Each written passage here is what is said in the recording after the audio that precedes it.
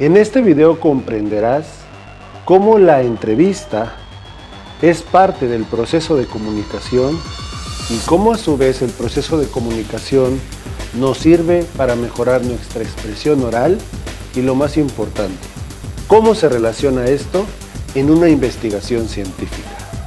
Así que si eres docente, alumno, estudias psicología o en tu vida cotidiana utilizas la entrevista como algo natural, este video sin duda es para ti. Te recomiendo que te quedes hasta el final, ya que ahí te diré 2 que 3 trucos que te pueden servir para realizar mejores entrevistas y cómo estas las puedes utilizar en tu investigación documental, de campo o experimental.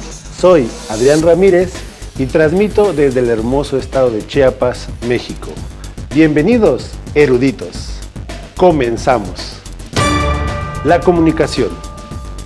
¿Te has preguntado qué es la comunicación? Es normal que digamos que la comunicación existe en todas las relaciones humanas. De hecho, somos entes sociales por naturaleza. Y en una sociedad, la comunicación está presente en todo momento.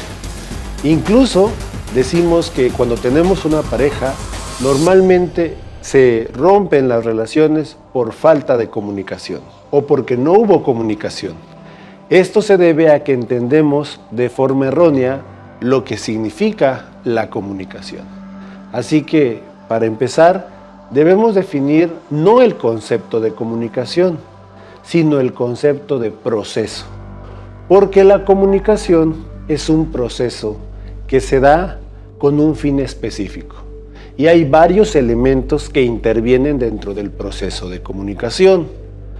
Pero, ¿qué es un proceso? El proceso es una serie de pasos que se tiene que realizar y si no se cumple el primero, es imposible avanzar con el segundo, el tercero o el cuarto paso. Por eso es algo importantísimo de tener en cuenta.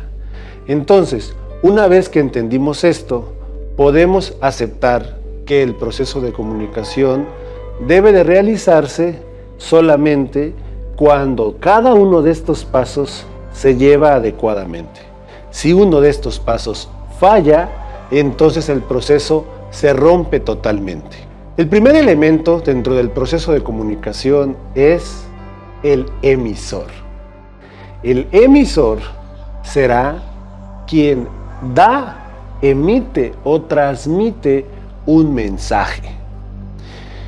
Este mensaje puede tener signos y tiene además un código.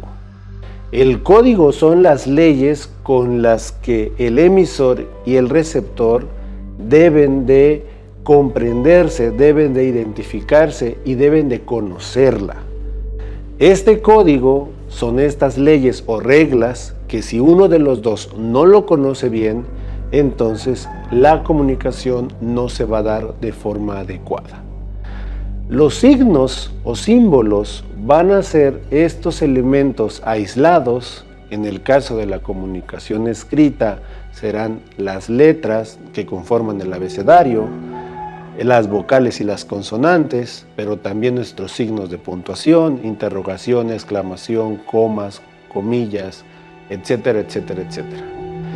Y en este caso, el código será nuestro idioma, ya que es quien nos dicta cuáles son las reglas para la unión de todos estos símbolos.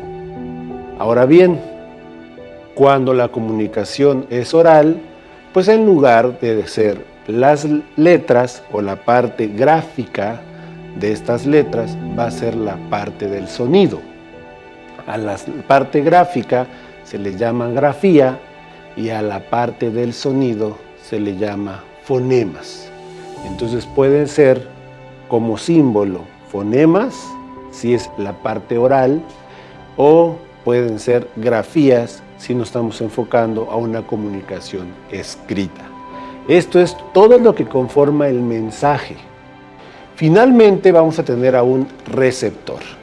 Y este receptor, como ya dijimos, debe de tener en cuenta el código en el que se transmitió ese mensaje y debe de tener toda la disposición de poder recibir ese mensaje.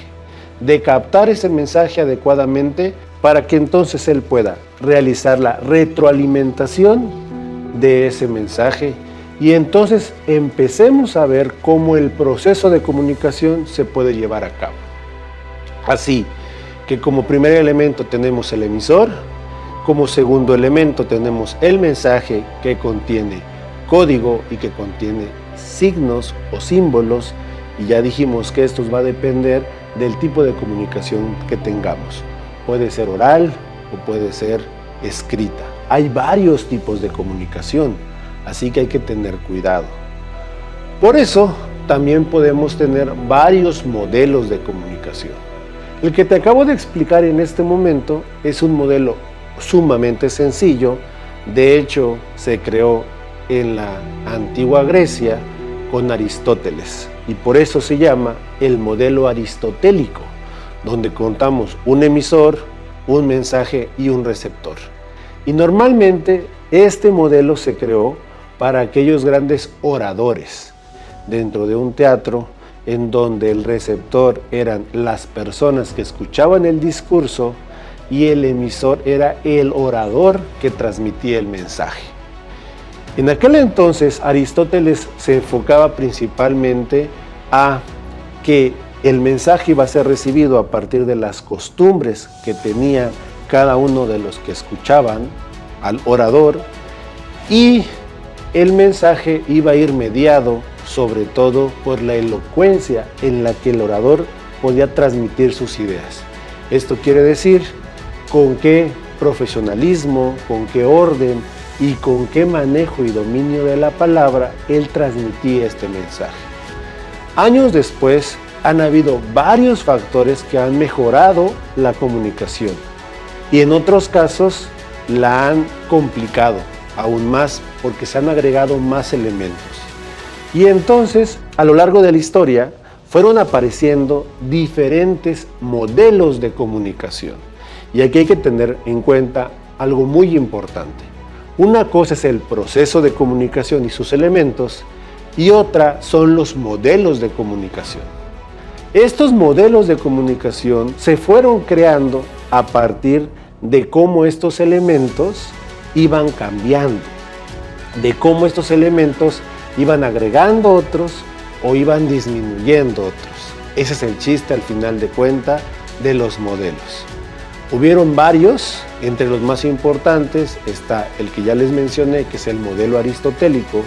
Luego tenemos el modelo de Laswell, hasta llegar finalmente al modelo del proceso de comunicación enfocado principalmente a la semiología. Este modelo tiene varios elementos: el emisor, el mensaje, el receptor, el código, el signo, el canal donde se transmite el mensaje, el ruido, el contexto y la interrelación. Es decir, no solamente la comunicación se da de un punto A a un punto B, sino es importante que también una vez que esto se realice, del punto B al punto A vuelve a haber una retroalimentación.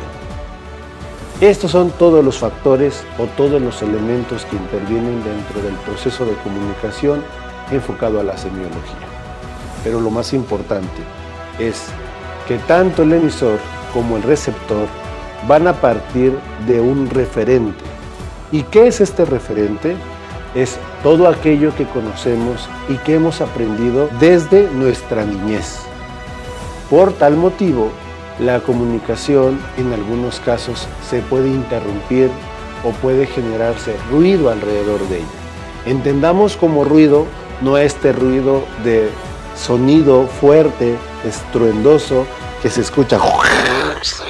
No, vamos a entender como ruido a esa interferencia dentro del proceso, es decir, que por algún motivo la comunicación no se pudo desarrollar adecuadamente. Eso es lo que debemos de entender cuando hablamos de proceso de comunicación. Asimismo, a lo largo de la historia han existido diferentes niveles de comunicación.